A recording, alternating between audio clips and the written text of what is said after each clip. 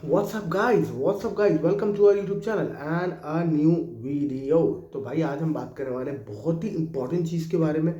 हमारा price earning ratio. एक बहुत ये थोड़ा सा टेक्निकल टर्म है पर बहुत ही अमेजिंग है और बहुत ही इंपॉर्टेंट है। अगर आप किसी भी चीज़ में इन्वेस्ट कर रहे हो, इवन आप इंडेक्स में इन्वेस्ट कर रहे हो या आप स्टॉक्स में इन्वेस्ट कर रहे हो, सबसे पुराना एक टेक्निकल टर्म है प्राइस अर्निंग रेशियो। और सबसे बहुत मतलब जब से ये स्टॉक मार्केट बना है, जब से इसको ज़रूर ट्रैक किया जाता है।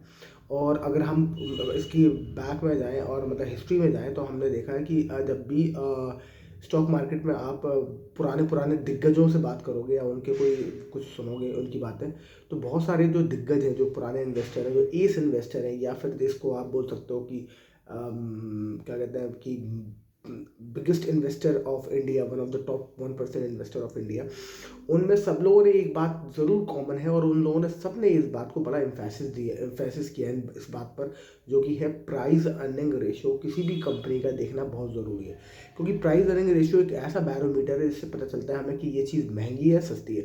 अगर आप सोचते हैं कि 5,000 का स्टॉक है, 5,000 रुपये का एक स्टॉक खरीदेंगे, इससे अच्छा 2 रुपये वाला स्टॉक खरीद लें, इससे ये पता नहीं चलता कि ये स्टॉक सस्ता है या महंगा है। स्टॉक सस्ता 5,000 का भी हो सकता है और 10,000 का भी हो सकता है, बट 5,000 का स्टॉक और 10,000 का स्टॉक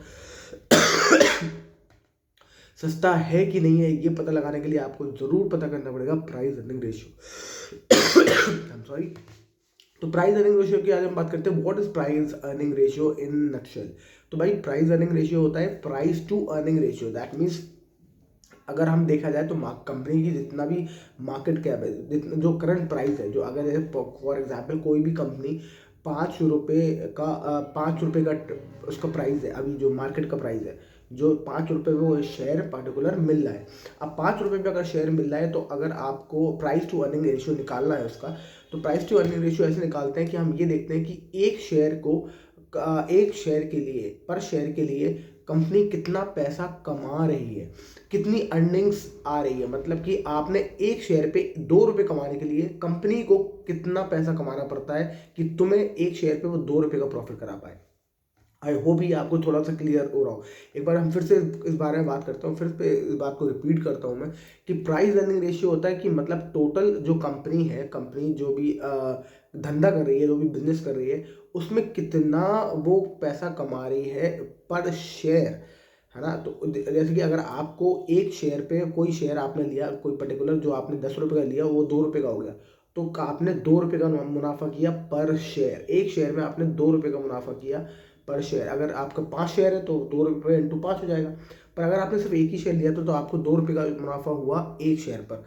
2 रुपये का मुनाफा करने के लिए कंपनी को कितना पैसा कमाना पड़ेगा, या उस पर्टिकुलर कंपनी को कितना पैसा कमाना पड़ेगा आपको 2 रुपये का शेयर में फ़ायदा देने के लिए, उसको कहते हैं अर्निंग्स। कितनी अर्निंग्स कंपनी को करनी पड़ेंगी इन ऑर्डर टू आपको शेयर में अप्रिसिएशन देने के लिए। तो जो जितनी अर्निंग्स करनी पड़ेंगी उसको हम डिवाइड करते हैं करंट प्राइस से। फॉर एग्जाम्पल कोई करंट प्राइस है कंपनी का 700 रुपये और अर्निंग्स उसको करनी पड़ेंगी 200 रुपये एक पर शेयर के लिए, 700 रुपये कमाने के लिए, तो उसका प्राइस हो जाएगा 700 अपॉन डिवाइडेड बाय 200, वो हो जाएगा स्टॉक का पीई, मतलब कि प्राइस टू अर्निंग रेशियो। तो ये होता है स्टॉक का प्राइस टू अर्निंग रेशियो, और ये बहुत ही इंपॉर्टेंट बैरोमीटर होता है ये डिसाइड करने के लिए कि स्टॉक महंगा है या सस्ता। अगर आपने पहले कोई भी आप पुराने इन्वेस्टर्स का कोई भी वीडियो देखोगे तो आपको ज़रूर पता चलेगा ये बात। हर एक इन्वेस्टर ने इस बात पे ज़रूर जोर डाला है कि निफ्टी महंगा है या सस्ता। अच्छा, ये सिर्फ स्टॉक्स पर वैलिड नहीं है, ये निफ्टी पर भी वैलिड है, ये इंडेक्स पर भी वैलिड है। अगर आप सिर्फ इंडेक्स पर ही पैसे लगाते हैं, फॉर एग्जांपल आप निफ्टी 20 खरीदते हैं, ईटीएफ खरीदते हैं निफ्टी के, और सिर्फ आप इंडेक्स ही खरीदते हैं, या फिर इंडेक्स में म्यूचुअल फंड में लमसम पैसा लगाते हैं आप, तो जब भी आप देखना कि निफ्टी का भी एक पीई होता है, और अगर आप गूगल करेंगे तो आपको just write down Nifty PE ratio, और आपको पता चल जाएगा कि निफ्टी का पी रेशियो अभी क्या चल रहा है। तो निफ्टी का पी रेशियो अभी राइट ना, जब मैं वीडियो बना रहा हूँ तो ये चल रहा है करीब करीब 23-24 के हिसाब से। तो व्हाट कितना, अब हम बात करने वाले कितना पी रेशियो सही होता है। एक मिनट होल्ड करिए। तो हम बात करने वाले कितना पी रेशियो जो है वो सही होता है, कितना कितना पी रेशियो कंफर्टेबल है, और कितने पी रेशियो पे आप स्टॉक्स को आपको एक्वायर करना स्टार्ट करना चाहिए, और कितने पी रेशियो पे आपको लगना चाहिए कि स्टॉक महंगा हो गया, इसको निकाल दो।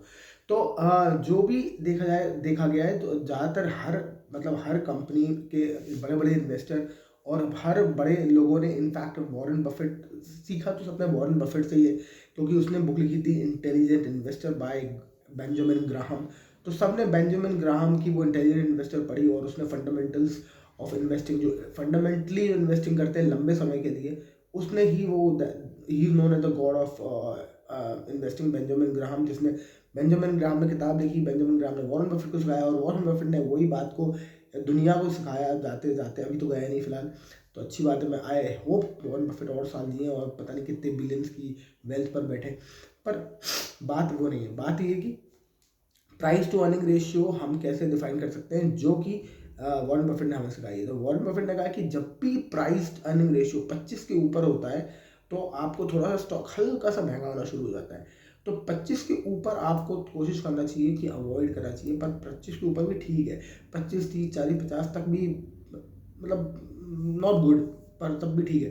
पर 50, 60 ऊपर के जब ये स्टॉक ऐसे भाग जाते हैं ऊपर, तो उसके बाद आपको अवॉइड करना चाहिए, क्योंकि अब आपको लगता है कि स्टॉक का प्राइस बहुत महंगा हो गया है, यानी कि स्टॉक में 2 रुपये कमाने के लिए आप पैसा जो है वो बहुत ज़्यादा लगा रहे हो। तो स्टॉक कम पैसा कमा रहा है उस हिसाब से, या कंपनी कम पैसा कमा रही है, और आप जो पैसा है एज अ इन्वेस्टर ज़्यादा फेंक रहे हो कम पैसा कमाने के लिए, तो वो होता है महंगा। आपकी स्टॉक महंगा हो गया, यानी कि आप बहुत ज़्यादा पैसा पे करना पड़ रहा है आपको स्टॉक के खरीदने के लिए, मतलब स्टॉक महंगा हो गया, आप बहुत महंगा खरीद रहे हो, जितना कि कंपनी अर्निंग्स नहीं कर रही। तो कंपनी को अर्निंग्स ज़्यादा करनी चाहिए एज कम्पेयर टू जितना आप पैसा कम दे रहे हो। तो पैसा आप कम देना चाहिए और अर्निंग्स कंपनी को ज़्यादा करना चाहिए, यानी कि कंपनी ज़्यादा पैसा कमाए और आपकी एक पर्टिकुलर शेयर के लिए, तो आपको वो आसानी रहेगी कि आप जब कंपनी ज़्यादा पैसा कमाएगी तो आपको ग्रोथ रहेगी उसमें, और स्टॉक का प्राइस अपने आप, पीई जो होता है, प्राइस टू अर्निंग रेशियो, अपने आप एडजस्ट हो जाता है नीचे। तो 25 के नीचे जब भी आपका स्टॉक का प्राइस, पी रेशियो जब भी 25 के नीचे आता है, तो आप अपना मन बना सकते हैं किसी भी स्टॉक में बैठने का। अगर आपका 1, 2, 5, 10 का पी है तो बहुत ही बढ़िया है, यानी कि आप बहुत ही अच्छे वैल्यूएशन पे उसको बाय करने की कोशिश कर रहे हैं। तो ये होता है इन नटशेल की पी रेशियो क्या होता है। अगर आप स्टॉक की इंडेक्स की बात करें, आप इंडेक्स में भी इन्वेस्ट करते हैं, अगर आपको लगता है कि यार कोई भी स्टॉक जो है बहुत वॉलेटाइल है, कभी भी कोई भी बिजनेस बंद हो सकता है, आप इंडेक्स में बहुत सारे लोग इन्वेस्ट करते हैं। तो इंडेक्स में अगर आप निफ्टी में भी इन्वेस्ट करते हैं, निफ्टी 20 खरीद लेते हैं, तो आप निफ्टी का पी रेशियो देख सकते हैं, निफ्टी का उसका महंगा हुआ। अब आप देखोगे जब भी निफ्टी 25 के 30 के ऊपर गया है, उसके बाद बड़ा बड़ा क्रैश आया है। तो ये बहुत ही बढ़िया तरीका है आपको मार्केट को टाइम करने का। वैसे तो मार्केट को कहते हैं कि टाइम करना बहुत मुश्किल है, पर अगर आप मार्केट को टाइम कर पाए तो नथिंग लाइक इट। और ये पी रेशियो आपको बहुत ज़्यादा हेल्प कर सकता है मार्केट को टाइम करने का, कि कब आपको घुसना है मार्केट में और कब आपको निकलना है। तो अगर आप घुसते हैं मार्केट में जब जब पी रेशियो बहुत हाई है, तो आप ऑलरेडी अपने लिए प्रॉब्लम क्रिएट कर रहे हैं और आप ऑलरेडी अपने लिए परेशानी को बुलावा कर रहे हैं। पर अगर आप स्टॉक हमारा 25 के नीचे निफ्टी गिरने लगता है, उसका पी रेशियो निफ्टी का पी के 25 के नीचे आता है, तो मुझे लगता है कि जनरली आपको बाइंग स्टार्ट करना चाहिए, निफ्टी में भी और निफ्टी के स्टॉक्स में भी। तब आप निफ्टी में भी और निफ्टी के स्टॉक्स में भी बाय करना करना चल रहे हैं, क्योंकि निफ्टी जब ओवरऑल जनरली भागेगा ऊपर दोबारा अपना पी को एडजस्ट करने के लिए, तो आपके सारे स्टॉक्स में बढ़त आएगी, क्योंकि स्टॉक्स से ही तो निफ्टी बना है। तो स्टॉक्स भागेंगे तभी तो निफ्टी ऊपर भागेगा। तो अगर आप निफ्टी में इन्वेस्ट करना चाहते हैं, स्टॉक्स में भी इन्वेस्ट करना चाहते हैं, तो बेटर टाइम अगर होता है, अगर आप टाइम करना चाहते हैं, तो आप वेट करते हैं 25 के नीचे एडजस्ट करने का निफ्टी को। जब भी पी रेशियो निफ्टी का 25 के नीचे हो, तब आप कंसिडर कर सकते हैं मार्केट में एंट्री। जब भी 30-35 के ऊपर निकल जाए, तब आपको मेरे हिसाब से आप कंसिडर कर सकते हैं प्रॉफिट बुकिंग। थोड़ा थोड़ा आप स्टॉक्स में प्रॉफिट बुक कर लें और थोड़ा थोड़ा अपना माल बेचते चलें, जिससे कि आपको थोड़ा सा प्रॉफिट भी मिल जाए। और जब मार्केट गिर जाए नीचे, तो आपको दुख ना हो कि अरे यार मैं शायद कैश प्रॉफिट लेके निकल जाता है, आपके पास कैश आ जाता और इस सस्ते दामों पर मैं फिर खरीद लेता। तो निफ्टी रेशियो एक बहुत ही अमेजिंग टूल है आपको निफ्टी और आपको किसी भी स्टॉक को टाइम करने का। तो अगर आपको किसी भी स्टॉक में भी इन्वेस्टिंग करनी है, तो याद रखिए कि पी रेशियो 25 के ऊपर ना लें तो बेटर है, क्योंकि सबसे सस्ता स्टॉक तब होगा जब पी रेशियो कम है। But at the end of this video मैं ये भी बताना चाहता हूँ कि पी रेशियो एक ओनली क्राइटेरिया नहीं होता, बट बहुत ही ज़्यादा इंपॉर्टेंट क्राइटेरिया होता है।